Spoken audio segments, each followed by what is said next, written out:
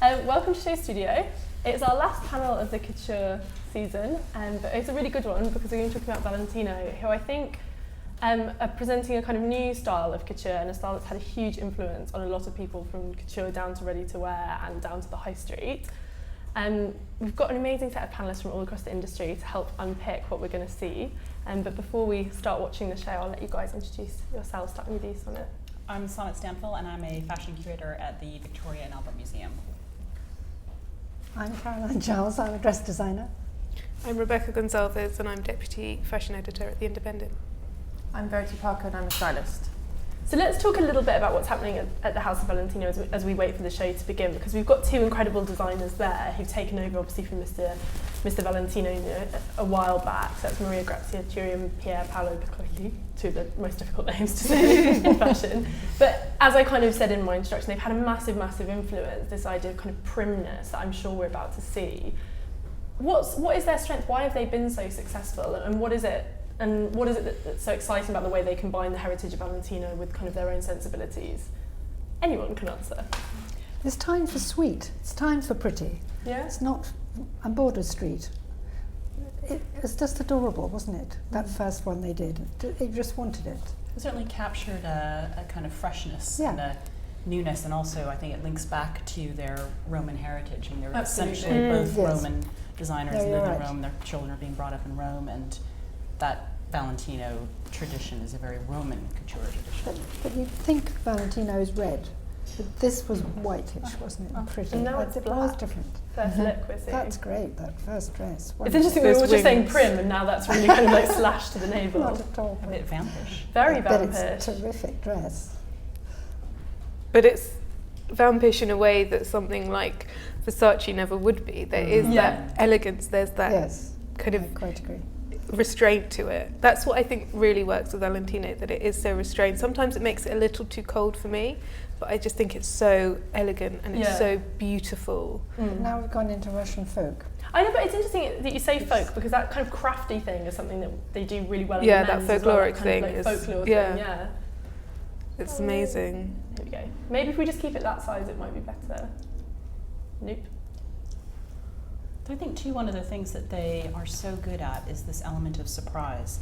Like, they do hark back to the traditions Yeah. of the couture house, and they harness those techniques. Yeah. But they'll always surprise you on the catwalk. Yeah. I mean, it's interesting that the press release for today's show was, the theme is love. Yeah. So we're seeing, I mean, it's interesting to see their visual interpretation of that, which looks, like you said, folkish. Yes. Yeah. But they must think that Putin has kept some of the rich young Russians in-house, just letting them out for Valentino, because this is really sort of St. Petersburg, I don't know what date. That kind of But- Yeah. kind of folkish embroidery, kind of Yeah, it's very Russian, or very Eastern European, I should say. well, they And they always do the braids as well, which Yes. always Yeah. emphasises that. Yes, you could have those braids. I do try and aim for them. Put little flowers in them. No, I don't go that far. No ribbons. Oh. Ribbons, I'm not really a ribbon kind of gal. It's interesting because in the press release they've talked about kind of pop music as well as this kind of dolce stil nuovo and symbolism. They've talked about this kind of clash of old and new, which I think that is something that they do because it does feel decidedly modern. I don't think their work ever feels kind of overtly stuck in the past. I know this looks incredibly historical, so maybe it's not the best looks for me to be declaring that alongside, but I think Well, it's that's Tudor, isn't it? This that colour, red that red cape cloak is is fabulous. amazing. Crikey. Yeah. But does this feel Valentino to you? I think that the emphasis on surface embellishment and prettiness, to me, is consistent with looks in the past, but stylistically folk. they've gone a bit of a different direction. Yeah. And the shade of red is also slightly, maybe it's just the color coming through on the screens, but it's It's very pretty seems- though. yeah. Sort of berry colour. But is it the Valentino red? It's No, not quite it's the not. Valentino It's not red quite at all, no, is it? No. But it's funny to open with that wonderful black dress and then go folk and then go sort of country. But it's an interesting, I think we've seen quite a lot of that actually this couture season, this idea of showing perhaps the look that you'd expect at the end at the start and vice Yes. versa. And we were just talking about that before with It's Jean to keep, Couture with the keep us all bridal. awake, I think. Probably. Yeah, to keep us all. Absolutely. Well, also, paying the first attention. looks were so simple, Mm. and that seems to be a common kind of strategy for them, is to sometimes the first looks like the last collection, very, very pure, very simple, and then to get more elaborate as you go. But they've been previously influenced by certain operas, and I think they kind of maybe plan their looks in the way that you would a musical score. So it starts and it's like a very slow build, so it's not overwhelming. And also, I just think the way that they do their surface embellishment, it looks so light. Like those are obviously such rich and beautiful pieces, but they don't look like weighed down by anything too historic. They don't look like costume, they just look beautiful. I mean, that doesn't look so beautiful because it's just pixels. Dead, fresh. But no. But there was a white coat which came just as we were returning to the show, which I wish we could. Can we go backwards later? Yeah, hopefully we'll go to the Yes, images rather afterwards. and I'm sure it was wool, and it was. See, that's another white coat disappearing.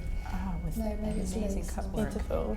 But it was interesting with that simplicity of the first look, because it was almost like they were presenting their silhouette. They were saying, this is what we're going to do, and then it kind of built and built. I think that notion of a musical score is a really, really smart way of looking at it. And this is quite a different silhouette for them. It is. It's very couture. You are aware, aren't you? Now that it has some music, it's very solemn and serious. Look at this. It's Wow. amazing. It's so heavily Heavens. embroidered, and almost, it's definitely kind of whimsical. Yeah, but it's very similar to what we saw at the men's, you know, which was they had like little planets embroidered, and it was quite childish and naive, deliberately.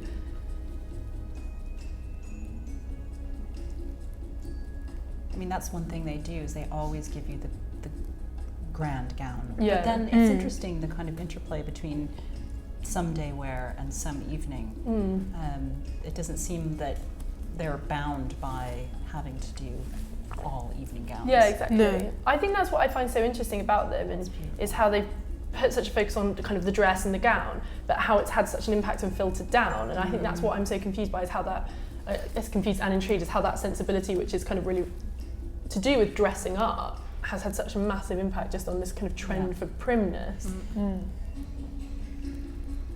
But they don't really do a diffusion line, do They have Red Valentino, Red Valentino. and they have the rock stud like accessories collection, which Yeah. must make them so much So money. much money. And that's something that's so opposite to this. It's kind of funk and funky, and it's Yeah. quite hard edged, and it's, you know, they Where keep do you see that? everywhere. Yeah, it's those Everywhere. little studs. It's, you know, it's like this little square studded you would have seen it. Yeah. ballet pumps, Oh, I see. heels, Yes. bags, Yeah, yeah. No, I do know. And is that called? What's that called? rock stud. Rock stud. Rock studs. Okay. Which is so different to that when you Yeah, I think that's it's what so also different. keeps them relevant. Yes. As Yeah. well. So actually that's how sort This of is kids get almost into it, and now it religious. kind of It's keeps it so maybe more religious. I mean, I'm thinking mainstream. about one of the, they mentioned Everything's Dante got in the press trade. release, and this to me is kind of harkening back to a bit of a kind of almost Italian Renaissance imagery with Yeah, that's what this- ecclesiastical you're right. Yeah. like That's embroidery. exactly what's happening. I'm thinking And very then Wolf plunging Hall that as down. well. No, dare say that. That's a red carpet dress. if Yeah, you that's really incredible. Yeah. But it's interesting because elsewhere I feel like couture has become much more poppy. You know, Raf Simons couture and at the House of Dior and Wow. Karl Lagerfeld at Chanel, it's not this kind of red carpet thing. It feels more like it's to do with. It's the I don't- juxtaposition. I'm sorry. Sorry, no, go on. Oh, those two gowns, that pared down grey with that, with the kind of almost like you said, childlike embroidery. Yeah. It's Yeah. such an interesting juxtaposition. I mean, these. That That's is somebody's so kite beautiful. on the front of the dress and no eye makeup. But I like that it is quite childish. It like draws. Yep. It's kind of Yeah, this it like is. woman that's also child. like a- Yes, do you remember The- Fuzzy Felt? But it's like the And flag I that you would get love on a Fuzzy shield, Felt. like a Right, herald. Yeah, exactly. That's so Oh, look, true. flowers in the hair, and then I missed it. They were But what I was lovely. going to say is I don't understand why more people don't wear it on the red carpet. Because Yeah, if I was an A-lister, I would get my stylist to call in as many looks as Yeah. possible. Couture or Valentino, you mean? Either. Yeah. All of it. Anything. And yellow is an interesting choice. That's been on the red carpet quite Yeah. a lot lately. Yeah. But it's a killer on this girl, isn't it? I mean, her skin and that dress. But it's interesting because it is incredibly Not doing sensual. anything. Their work. We talk And about it maybe being it's a better prim. yellow as it goes. It's so beautiful. This is very Oh, with some old-fashioned words and embroidered, gorgeous. passion. So again, the theme is love. This is So Rococo almost, isn't it? It's sort of Fragonard. It's like naive love, isn't it? That's what's interesting. It's almost like teenage love. It's kind of like Romeo and Juliet love, Yes, where it's very that's- childlike and But overwhelmed. the, and the bustier bodices are giving that Juliet yes, it's feel. aren't they? They're kind of almost corset-like, some of them have been. And they've left the lining out of a few things, unfortunately. So I like that. I think it makes it feel kind of very modern. Well, you can pay less if you get no lining. I'd be so curious to know what poetry they've used for those Yeah, gowns. I think it's Dante. They do reference Dante. Yeah. And the Divine Comedy might be the source, so we'll have to follow that. Well, they've talked about sort of Marc Chagall, lots of different people, so you wonder if kind of there's any writing surrounding that. They often reference fine art. I mean, between the opera collection and the Wunderkammer collection, there's this tapping into that tradition of fine art and fashion. It's interesting because I do feel like this sits outside of what's going on elsewhere in couture, though. It's not. It doesn't seem to be trying to involve that much day wear. It doesn't seem to be trying to sort of tap into trends or. No. But also, I think for Valentino, like when you do look at their ready-to-wear season after season, they do always have a section at the end which is always gowns, and it always could be, touching on couture really, because it's so full on. It's always full length. It's really beautifully intricate. Yeah. And it's almost like that.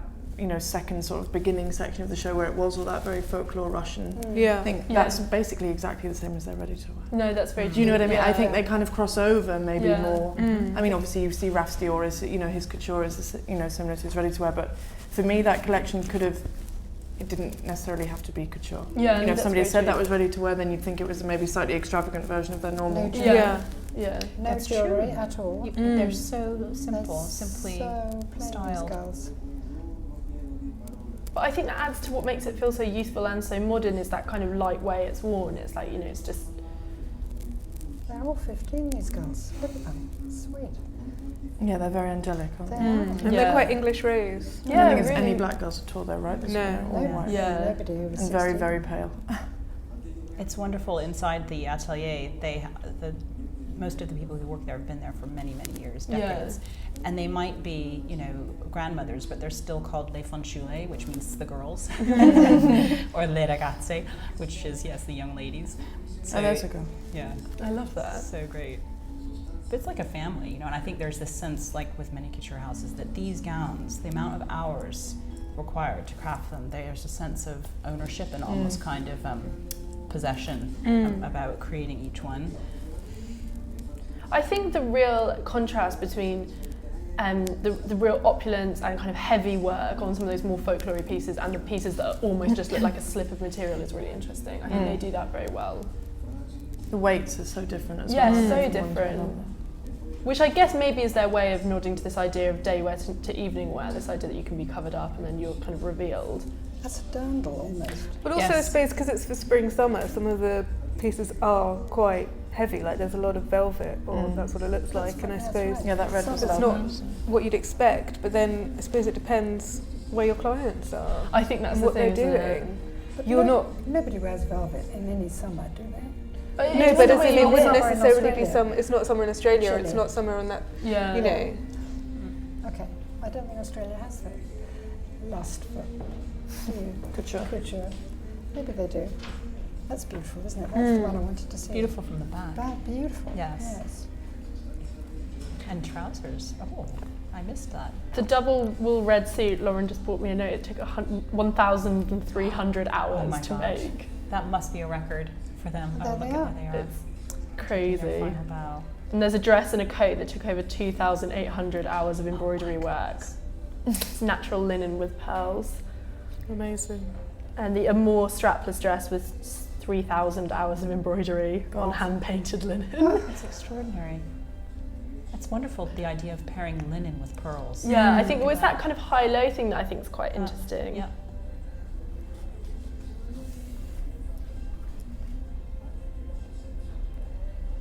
They have a treadmill in their offices. Do they? How do you know that? I went to interview them, and they I was kind of wrapping up the interview, and they said goodbye, and then Pier Paolo kind of went off, and then next thing I know, sort of see him sort of zipping into the workout room.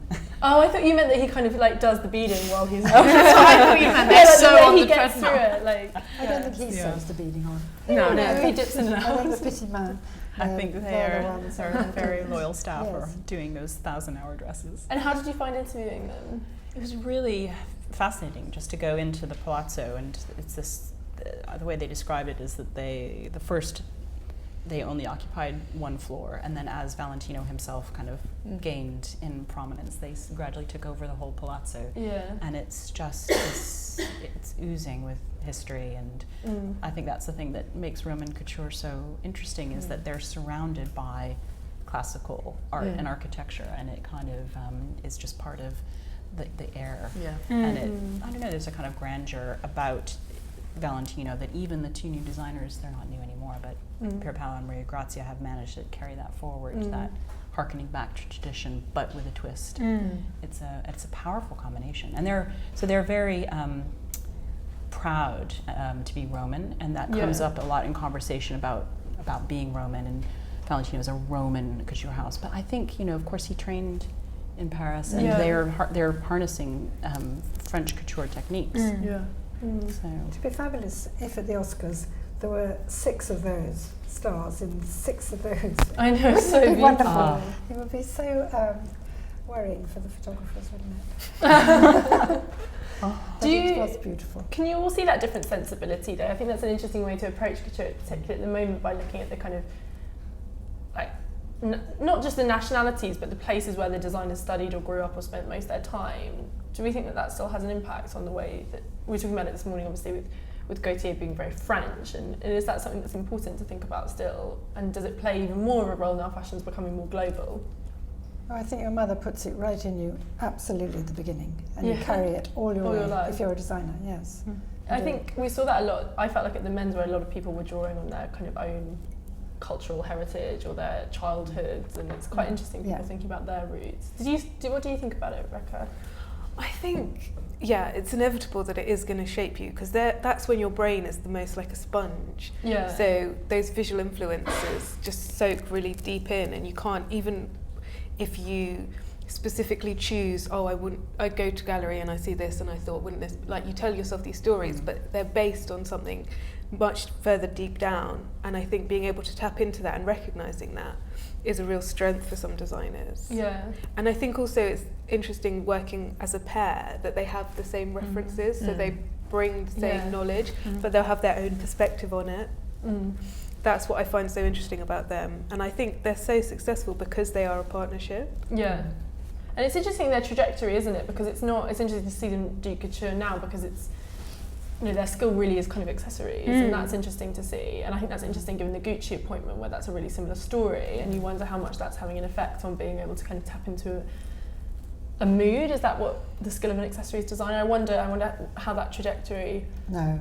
What do you Definitely. do you not think so? No. What's your take? No, clothes are clothes, and clothes are about cutting and feeling and the softness of textiles, and bags are statements that you put down. You've arrived, you've got this bag, or you've got that shoe. But maybe that is the skill, and maybe it allows you to be like, to think of that statement, and I think that's what a lot of clothing is about though. It's like designing a car as opposed to a racehorse. I mean, they're just different, going possibly in the same direction. They are different, but I think that what the House of Valentino has is that they have this, it's not just tradition, but they have the staff who are the hands that do the creation, and so it must be like being at the head of an orchestra, being a conductor, and knowing the score. Your support is there as well, and everyone kind of realizes your vision. I mean, they can those seamstresses can do anything. They're like magicians. So it must be, what a thrill! Wouldn't that be an amazing? But I bet they have lots of opinions. Well, yes, as young designers, they get told a few things. Yes. Because all sample hands are quite opinionated, how it gets done. Yes, and Italians in particular. And Spanish. Do you have experience with working with those? Yes, of course, yes. And the luxury of them is diminishing because there are less and less workrooms now. Yes, it's true. Which is very sad, but I hang on to mine. And some of us all share machine sample hands. Oh, that's interesting. Different people do different collections at different times. That's interesting. Because I think when the V&A went to interview them, we weren't allowed to film the faces of the seamstresses because I suspect because they were afraid that they would be poached because they are so valuable, and I mean, if it takes, what was the top number of hours? I think it was like 3,000. 3,000 hours. Those 3,000. women the company can't afford to let them out to. No. Even probably see their families before Couture Week, let alone. It's like China. That's what happens in China. You don't get let out. Exactly. Except for New Year. Oh. That's the only time you're let out. It's worrying though, isn't it? That idea though that craft isn't going to continue, and whether it's something that people would aspire to work in anymore. Do you think that that's something that we might see a kind of end to it? I think the Italian government has tried, and the regions within Italy have tried to foster workshops in schools where you can train as an apprentice. But it certainly doesn't have the appeal that it once did. And I don't know what the situation is in France. I can't speak to that. Well, there's a great deal more pleasure in making something with a needle and thread and scissors and chalk than doing this. If that's your thing. But I think that's... Yes, but even if you're drawing it, Yeah. if you don't like sewing it. Yeah. But fewer and fewer designers, I think, approach things like that. I think the role of a designer has become kind of merged with the idea of a creative director now. So I think there's less and less designers who come through who would go apply to sort of St. Martin's or apply wherever or try and make fashion their career, who want to work with their hands. I think it's more about brand building now. So it's interesting to think where those people will come. You know, if you're ambitious to work in fashion, I think. I'm mentoring a boy at the moment who's got a degree in brand making, and he's trying to make the samples to go with the brand. Yeah. And I'm helping him do that. So that's the thing. It's quite fun in reverse. Yeah, it's the reverse. To get there. So I think that's the colleges, the way they go. Yeah. But it's like everyone thinks that they are a brand because they have a presence online or whatever, and it's like, you know, do you have a vision or do you have the skills to create something? It's like you can't have both. Yes.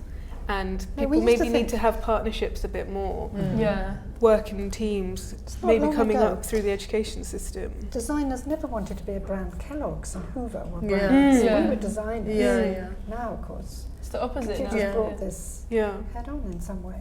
I don't know why. It's to do with the back neck label, isn't it? And an advertising budget. Yeah. And It's interesting though to think about it with the appointments that we have seen, and kind of this was one of them, and I think it was early on in a kind of set of appointments where people who were being given the top jobs were people who had kind of worked away behind the scenes, and we're seeing more and more of that. And to kind of draw again on the example of the Gucci appointment, if I'm really scared I'm going to pronounce his name wrong, is it Alessandro Michele? Is that how you say it? Michele. Yeah. And I think that's interesting to see that, because it's almost suggesting actually that there is this trajectory where you don't have to kind of be an Alex Wang or a JW Anderson to get given a big brand, that you can kind of work away in the back. Yeah, why does that feel so right for now? Is it just, or am I making a trend of something that's kind of just HR it used politics? to be like that, and then it became very important with the celebrity culture, which has sort of become second nature to us. We don't hardly notice it. That the designer was a celebrity, and Louis Vuitton. They absolutely want celebrity names. I think I think it's interesting, yes, that you can, now it's kind of become normal to take someone from the back office or from the kind of the salt mines and kind of thrust them forward. But they've absorbed the culture, they've grown up in the business, and they have a sense of the kind of the customer, of the way the business is running, and they're a safe pair of hands. So it does seem right for now. But also it's about valuing the business over the idea of one person. Whereas some brands, they need that injection of a personality. Which is why Loewe JW Anderson works so well, Whereas I think Gucci is Gucci and it will never not be Gucci, so they can experiment and bring someone up. And they have that freedom. It also has like that connotation somehow within the industry that they think, they couldn't get anybody else.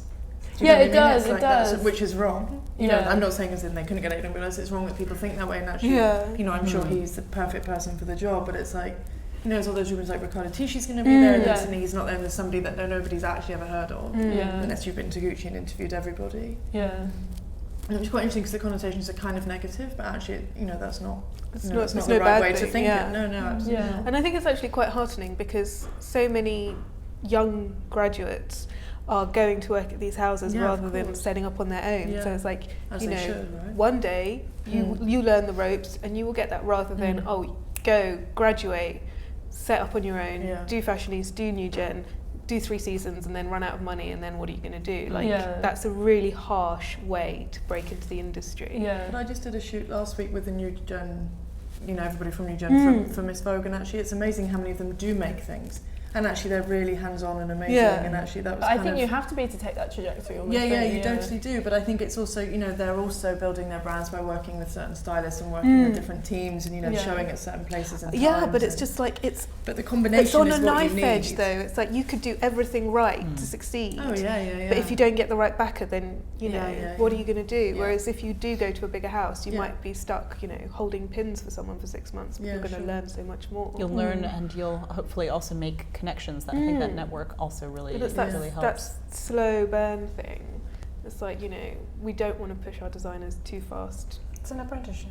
Yeah, but that just think the idea of slow isn't very fashionable in fashion, is it at all? So but that's like these kids that are starting, you know, you think they're all really young, and actually they're not necessarily that young, you know, because they have done, you know, they've been to school for so long and they've done their MAs and now they're still learning, and you know, they might have worked under another label and then gone to do their own thing. And but now it's like, you know, before the problem was designers would do the MA and then they'd want to start their own label. Now it's like designers can't even afford to do the MA, so you're getting kids who've just done a BA then kind of thrust into the spotlight, and it is really, really bizarre because you do think what's going to happen. It feels like a conveyor belt a bit, doesn't it?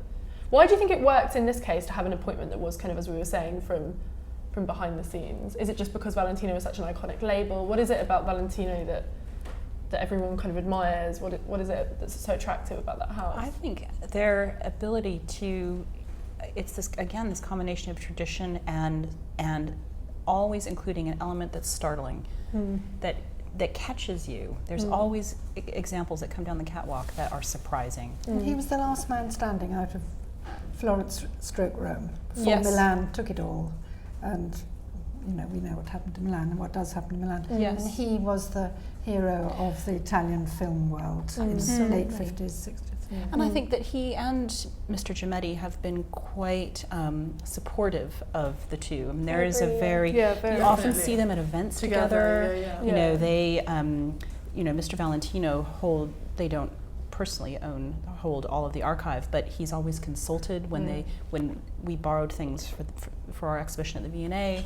The house consulted Mr. Giametti. Mr. Giametti came to the V&A to make sure that he was happy with the pieces. So there is this kind of symbiosis between the old guard and the new, which I think for that house in particular, because he is such a persona in the Italian fashion world, that I think that was essential for their success. It's like Valentino, Mr. Valentino has anointed them. But also I don't think they try and imitate him. No, I think he's happily passed on the torch, and they kind of push it into this. He grumbles all the time. He's not happy at all. No, I know that. But the show they did, sorry about the V&A only, but that show at Somerset House, remember that long thin space they had at the end?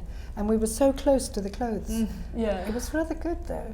Well, you could see them very well, and of course everything was impeccable. I mean, they keep everything. Yes, and it was 60s, wasn't it? Oh, they went right back to the early. That was. When did Valentino start? It was like 50 something. I want to say it was 59. Can you check? No, I think it was 56. Yeah, because 6 and 9 looked together. Yes. So come Fellini came and all that, you know, the Dolce Vita generally. I think we all think that he's part of that. I mean, the cinema. Absolutely. He's part of an age of culture of Italy that we don't necessarily associate with the modern. And glamorous. But don't you think that modern Italy you wouldn't necessarily associate with a huge output of culture in that way? No, I think you're right. I think it's the kind of at that zenith point where Italy was really, culturally leading, which you perhaps wouldn't look to it now for that. Certainly not the fashion. You think kind of business. Yeah, is you do. The most important thing. It's interesting to look at Italian cinema in that way as well. You know. I mean, certainly in the post-war period, Italian couture, for a brief moment, it rivaled France with those Sala Bianca fashion shows, and all of the designers that were just before those events were completely unknown. So the Fontana sisters and then Valentino arrived and cemented Rome's place as a couture center.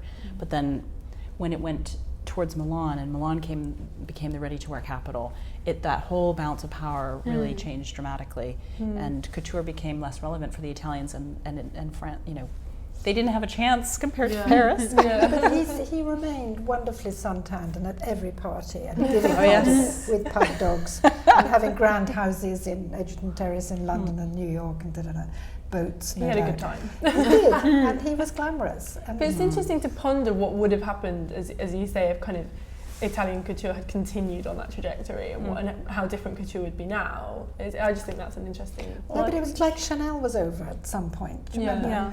It was sad and terrible, and perhaps it was the 60s. And he would have got stuck if he hadn't got these two young. Who was before? It was straight from him to them. It was straight... Oh, I thought there was someone in between one for like year. really Oh, short no, days. you're right, yeah. I can't remember who it was, but for about a year. Yeah. It didn't go well. It's indicative that we can't remember. Yes, it really says a lot Definitely that I didn't just go well. completely blanked that from my head. head. No, Yeah. I think Interesting. it would have been an uncomfortable moment.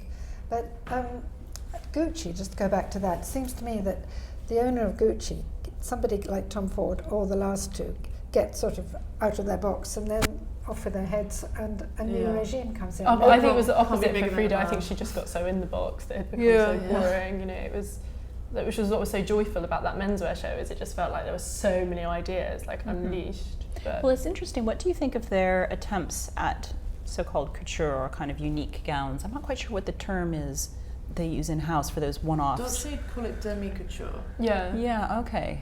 we so call they're- it samples. But They're trying. It's interesting to think about that. I think it's really, really. I think it's you, Verity, that said, you know, if you'd have been told that was ready to wear, Yeah. because we're seeing more and more dresses like that appear on ready to wear runways, and not necessarily runways of even houses that do couture. And I think out of all the things that are kind of threatening couture, that's one of the biggest, because I think, you know, when you talk about amazing couture showstopper dresses, a house that everyone brings up is McQueen, and McQueen don't show as part of Couture Week, and I think that's kind of interesting to think about public perceptions of couture and how Couture Week will remain relevant. Well, also the fact that so many design houses have that their bread and butter for years was ready to wear. Yeah. Started couture lines. The beginning was Armani Privé, and then Dolce & Gabbana, and then Versace, and so on. So it's interesting that kind of, and somebody even like Giambattista Valle, who actually started as a ready to wear designer, and they often talk about, it's like they've reached a certain level of success, but there's no poetry there. Yeah. And the couture tapping into that tradition allows them to dream. But more and more ready-to-wear people can do these gowns because of the stretch net and the stretch chiffon and all those things that Armani looks as if he's sort of they magicked. Is on the stretch. That's why it works. So new techniques in fabrics are making a sort of meeting with the celebrity culture. The celebrity wants to be on stage in something wonderfully revealing, but not. And moving and able to sing and dance, whatever. But it's strange, isn't it? Because you do think, you know, if you're a woman that's willing to spend £15,000 on a kind of McQueen amazing dress on Net-a-Porter or whatever, why wouldn't you go that extra step to buy? But you'd probably get both. Yeah, that's I think you know, the super rich are getting richer, yeah. and the ready-to-wear designers are trying to tap into that, which you know, fair enough. But I don't think it necessarily threatens couture. I think your couture customers are your couture customers, and they're probably, you know, not choosing, oh, I must only choose one. Do you think they go for the season and have two fittings? I love all that hotel life. Yeah. They used to come from New York and have to stay at the Ritz or stay Yeah. at the Creole. It's the dream, isn't have it? their two fittings. Because it's certainly a time investment as well as money. Sure, It's yes, not that you absolutely. can- But They've if got you're all the bringing time a daughter involved. to court, so to speak, the mother brings the daughter to Paris for the fittings. Which and is for the why I trips. find that collection so interesting, because it kind of, like, I do love it, but it's quite a kind of regressive idea of femininity and of woman, and it is like this child bride being presented to fall in love when she's like 15, and I kind of love that because there's something very poetic about it, but it isn't the most sort of progressive idea of They made it difficult because of the colours. I mean, the Yeah. non-colour yeah. against those Makes white it look very maidens. youthful that was and so virginal. medieval about it. Yeah, or maybe it is progressive. Maybe that's silly. I'm not sure what I'd expect to see that is kind of. I don't think it's just something androgynous is more progressive, but it is interesting to see women so kind of. Demure. Yeah, it's interesting. Well, why that naked, felt. fairly naked. Yeah. But I think fact. that's the Valentino woman.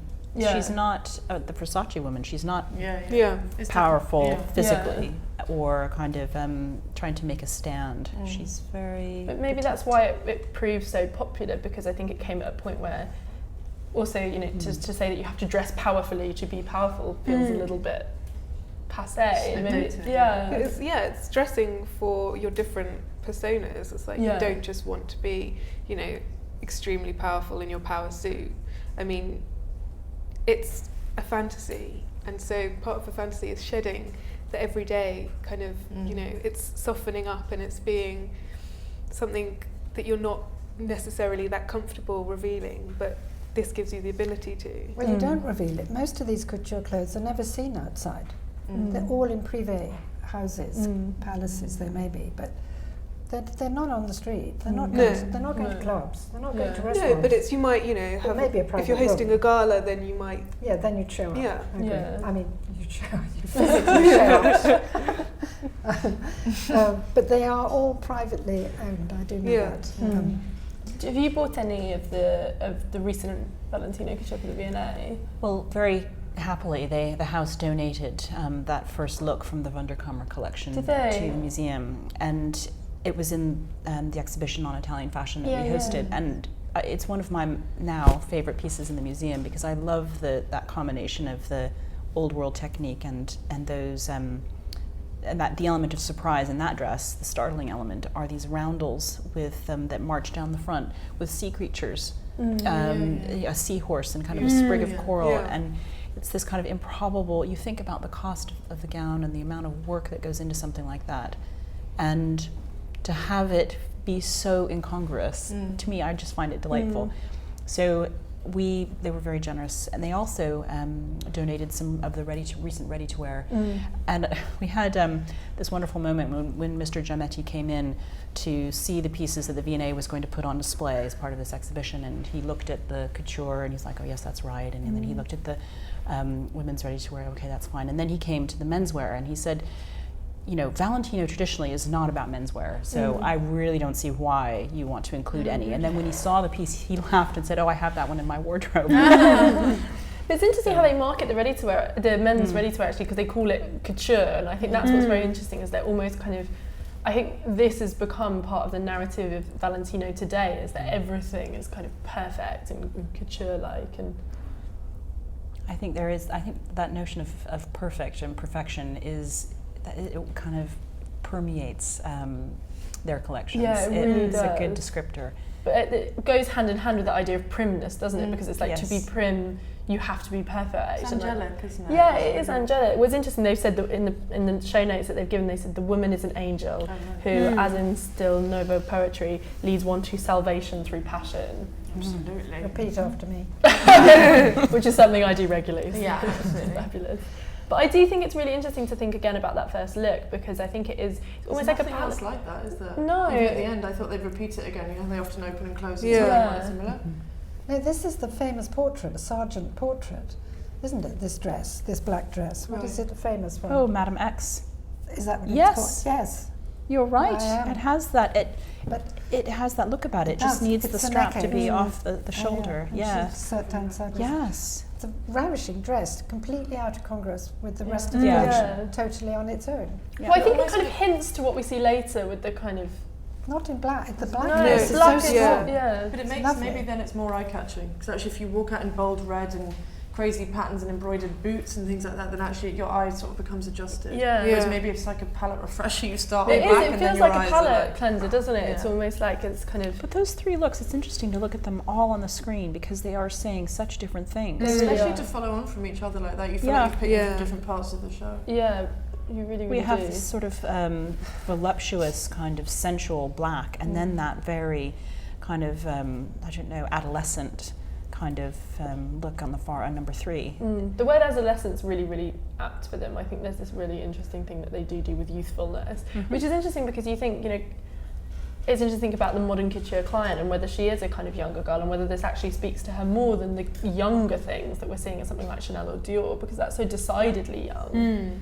Whereas this is kind of mixes youth with tradition in an interesting way. I think this is a bit après-ski. I'm not really sure about it. I think it's a bit British. Yes. It's also interesting. Do you think it is those sort of Russian references? Do you think those girls? So to me, that's quite peasanty, right? So that old sort of folklore. Yeah. But then lots of those rich Russian girls, you imagine they're quite literal, and you wouldn't really think they'd quite like to look so peasanty. Fair point. So actually, Ilyana Sojinko, so that's exactly what that is, and it's nobody so from Saudi wants to look like that. So but there's such a market for it. Is it going? I can't say her name, I'm really struggling today with pronunciation. Yulana Sienko, as Rebecca said, that's exactly what she does. She's Russian and she makes looks like Russian kind of peasant clothes, but beautifully done. I think it's just far enough from the original that it's a kind of take on rather than being too... Yeah, no, definitely. Yeah.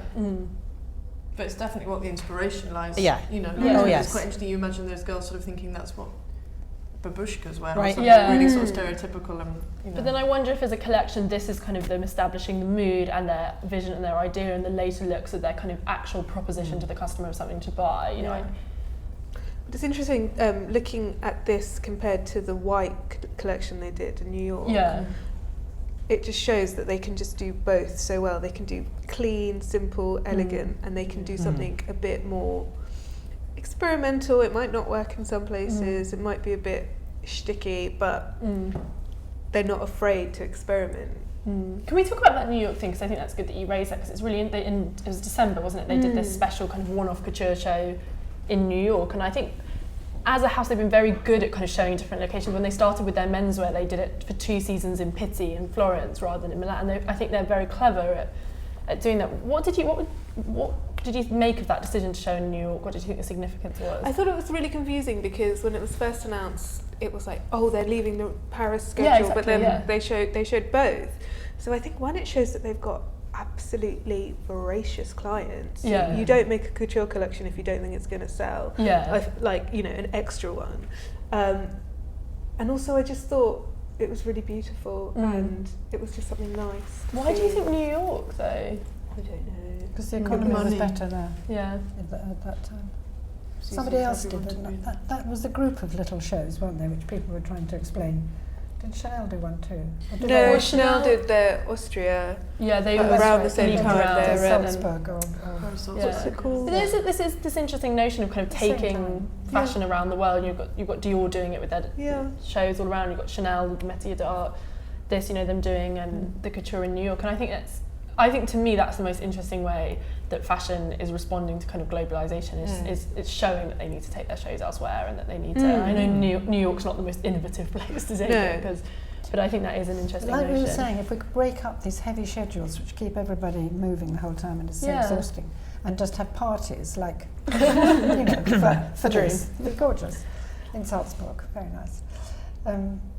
So it's a lot of dandle life here. It certainly is. And it's interesting to see trousers. I mean, I think that's it's quite. It's interesting quite to see ankle boots as well. Yeah. But it is a kind of interesting day to night thing, which is why that black look is so odd. Again, going back to it, because it's almost, if you didn't have that black look, this would read from a really kind of clear move from like she's off in the morning to work and then she kind of toils all day and then she goes out in the evening and she falls in love, blah blah blah. But you've been reading too many children's books. I know I have. I just love a story. But then it's interesting to have that because that really disrupts the kind of flow of the collection. But I like it. I don't think it's no bad thing that it's there. I think it really calls to mind Valentino, the shape of it, like the original Valentino, which then when it's next to the other looks, it makes it seem a bit less in place as well. In some of these, the embroidery, the kind of peasanty look is a bit frumpy, to be honest. I mean, I'm glad you said that. That sounds so critical, and I don't want to be, but it's lost lovely. Here. We have 2 looks that I think have lost that kind of I don't think the trousers sweetness. The trousers are not great. But it's kind of youthfully frumpy. I know that sounds really odd. It's like, you know, when you see little children kind of overdressed and they look a little, it's kind of, it's not, I don't think it's aging, it's just she looks a little bit kind of... It looks just like pure costume. It doesn't look like she's really in a sort of fancy dress almost costume. But I think their work does veer slightly into the It's costumey. more like that. It's more sort of, it's so literal sort of fairy tale, right? It's so...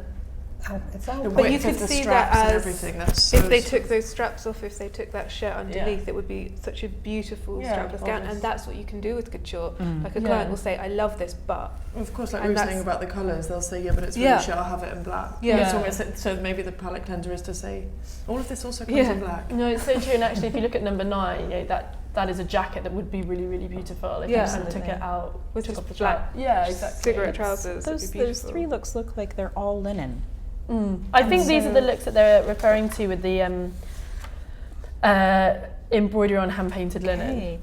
because the gown that was number 8 was a full-length gown made of linen, and it's hard to imagine that either in summer collection. But I'm thinking about time of day. Yeah, exactly. Time of day, is But that I'm bothered about the fur. is that a long evening dress, or is it a ankle-length day dress? Yeah. I don't know. And the Austrian embroidery. But I think this is what's interesting is I think this is about them talking, that they're offering a kind of a mood and a fashion proposition. They're saying, in the same way that in ready-to-wear collections you get these looks that are slightly sort of to establish the mood, and then you get the more commercial pieces. I feel like that's perhaps what they're doing here, which is, it's nice to see a couture collection that isn't just about kind of like, I think if they'd just done those gowns we saw at the end, it would have felt too kind of like back to those Disney princess days of couture when it's just beautiful gowns. So it's kind of interesting to see them play with a kind of... Because lots of people do gowns and then they do something a bit bonkers, so it's always really eccentric, whereas that's so not them, is it? Yeah, so exactly. It's almost like that's their version of their Of everybody else's bonkers, but pushing the it's theme a couture little bit shit. too far, Yeah. exactly.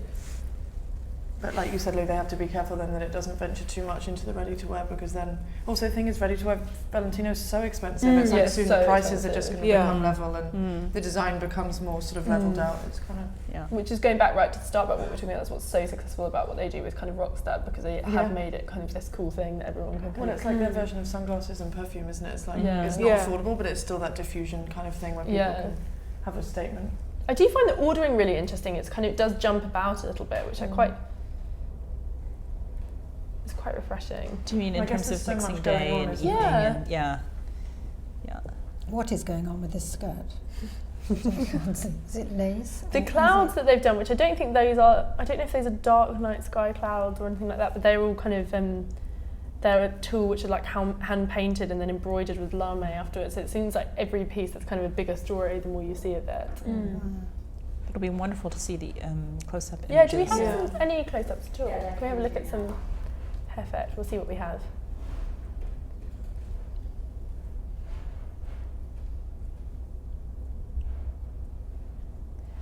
Because I just think the number of, it's interesting that they've put out information about how many hours some of these. Yeah, they're very good at doing that. They have done that in the past, but I think that this surpasses what they've advertised before as in terms of workmanship required.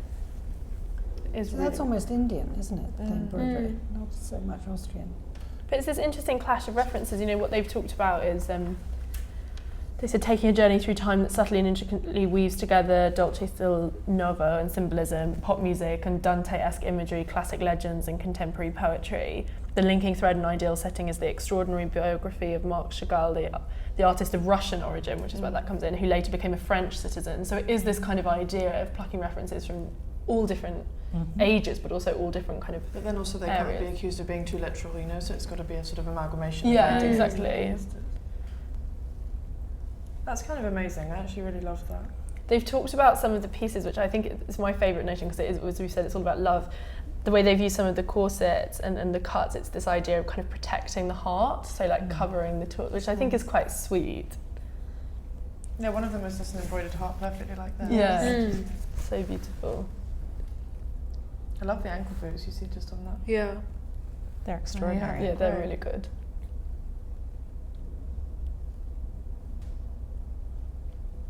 And high-necked blouses. I know. That's High crust. interesting.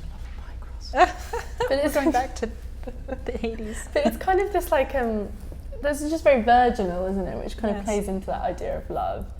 She's very sensual, but chaste, she's not like isn't it? vampish. It's Yeah, chaste, yeah. exactly. They're like Hessian, aren't they, the ankle boots? Like that Yeah. sort Kind of woven. of really thick linen. So are we impressed and inspired by what we've seen here? I think it's a wonderful culture clash. I think even though the references are further afield geographically than what they've done before, I think it's this, a lot of the silhouettes are the same, and it's this the surface embellishment is, you just have to admire what they've achieved in terms of craftsmanship. Some of these details, you get the sense that those hours were well spent. Yeah. Yeah. I'm going for the black dress. I'll fight you for it. Are you impressed, Rebecca? Do you like what you've seen? Yes, I do. I love it. It's hard not to. And it's nice to see, I think that's really interesting, that notion you mentioned there of kind of like visible craftsmanship, because I think one of the things that recently has been so exciting about couture is how kind of relevant it seems, and how youthful and how just what Raf is doing in particular, I think it feels so dynamic. But it does mean that not always is it immediately obvious the craft that's gone into pieces, because they look kind of so on trend and so part of ready to wear. So to see something like this where it's almost like historical in how evident the craft is, it's just quite exciting. Yeah, it's so beautiful even more. That almost looks sort of oriental, doesn't it? Going into those ancient Chinese sort of collarless jackets and things like that. But I like that kind of clash of, and if you think, if you think about where couture is being bought, it's not always, not like the majority is not from a European shopper, so it's interesting that they are referencing those kind of slightly more diverse. So now it suddenly goes medieval in these difficult colour, this non-colour. Yes, very, with that very very fragile. high. You definitely But suddenly you've got an Afghani But maybe what they're doing with that black dress and with look number 21, it's establishing like the shapes that they're thinking about and the surfaces that they're thinking about. So you could go to them and say, I love the shape of that first look, I love the shape of 21. Yeah. Can you use some of these embellishments that you've used on these pieces? It almost feels like a proposition to the client as well as it does kind of an aesthetic. Yes, these are kind of notion of putting forward ideas, as you said earlier, Yeah. kind Yeah. of themes to work with. Exactly, I think. Motifs and yeah. I don't think the workroom's going to like that. I think it's going to be a lot of trouble with customers saying they'd like something different. No. This is how it is. So that's blue velvet at the end. Yeah. Yes. Suddenly is My Fair Lady or something. Is with that neck. It is just still so prim, isn't it? Which Yes, pretty. And I mean, it's Natasha, isn't it, from War and Peace? It's very, very pretty. So what do we hope we'll see next for the House of Valentino? Do we think more of the same? What would we like their trajectory to be? Because primness has kind of become, it's everywhere now, and it's interesting how influential it's been, but it's interesting to think about how they'll progress and what their continued narrative will be.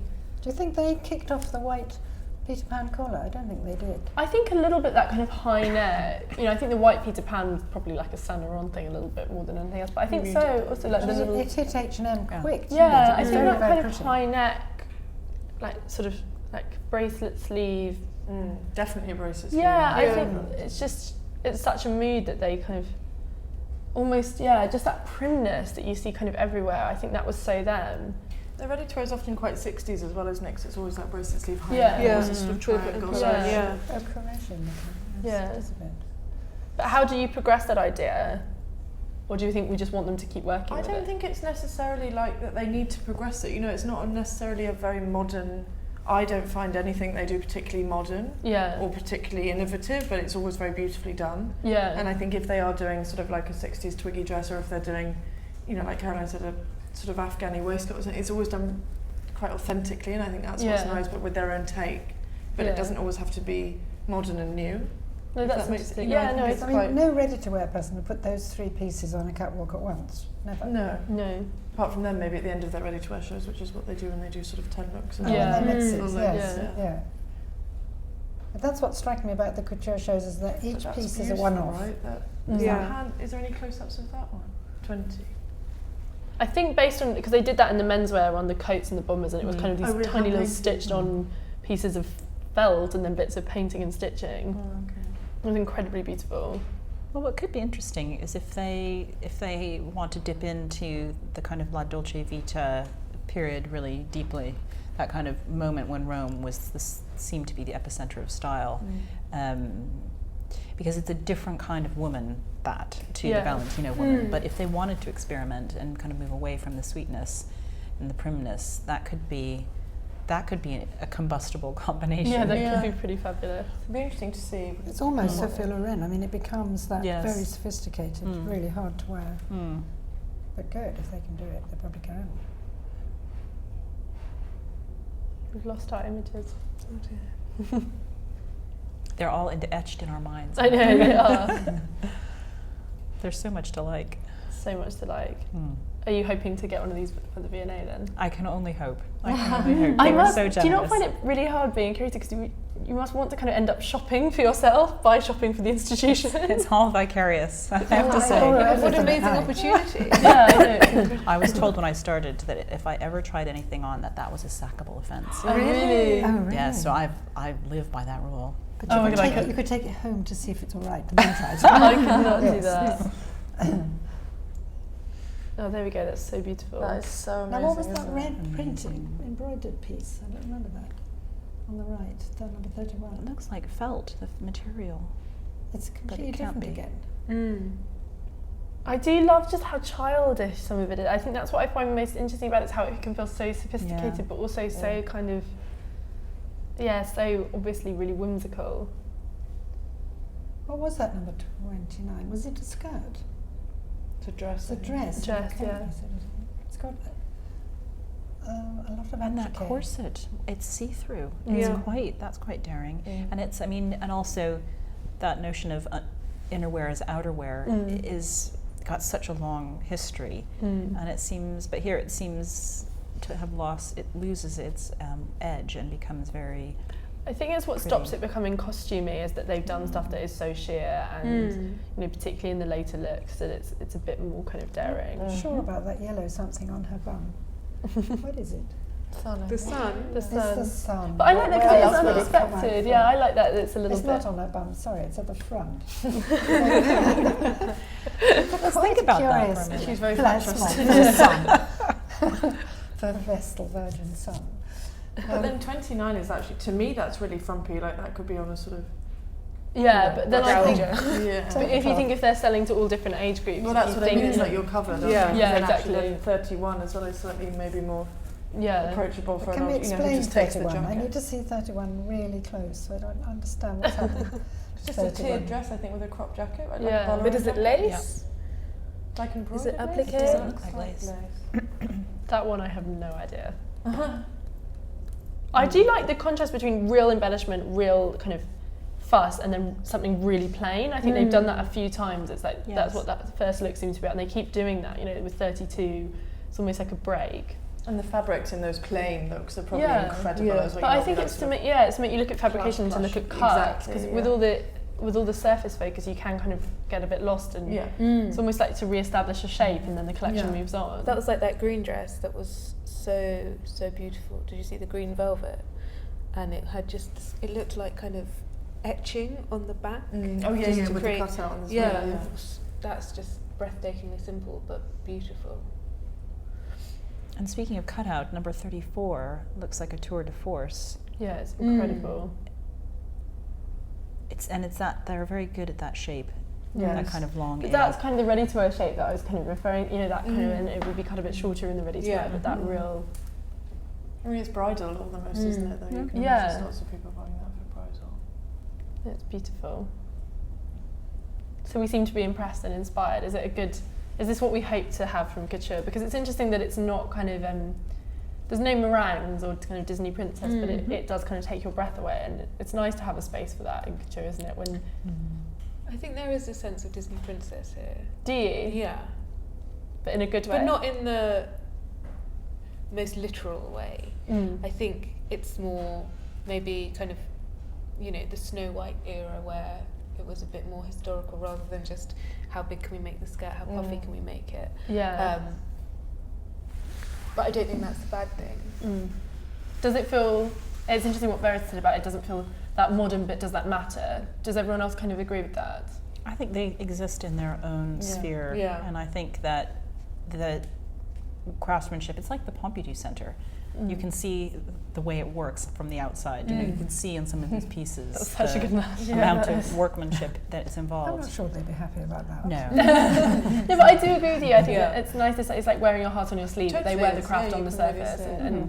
and it's nice that, isn't it? Because that's what couture should be. And we talked quite a lot on the panels this season for couture about how to inform the public and how to inform people about what couture is about, and that actually, perversely, the more relevant couture becomes and the more kind of fashionable it looks, the less easy it is to look at it and understand all that workmanship, which is why it's so interesting that they're kind of tirelessly telling people how many hours go into So they need it. to reinforce that all the time back to people. It's interesting to see that, in contrast to something like Dior, which is it feels so on point in terms of fashion and so innovative, but perhaps it's harder to look at it and go, oh, obviously 5,000 hours were spent on that, whereas you do look at this and think that. But you almost don't blame them for reiterating that home all the time, because you sort of, you know, they're really shouting like, this is special, you can see it, but you know, you have to believe it as well. Yeah, but really it's very special. respectful of the work that goes into it, I think. I think it is as well. See, that's too much for me, no? Number 22. It's a bit, It's a bit milkmaid. It is just so beautiful. I think it's nice to have something that kind of just takes your breath away a bit. I think it's different. Yeah. Should we give it a clap for difference? Yeah, should we give a clap for difference to round things off? Thank you.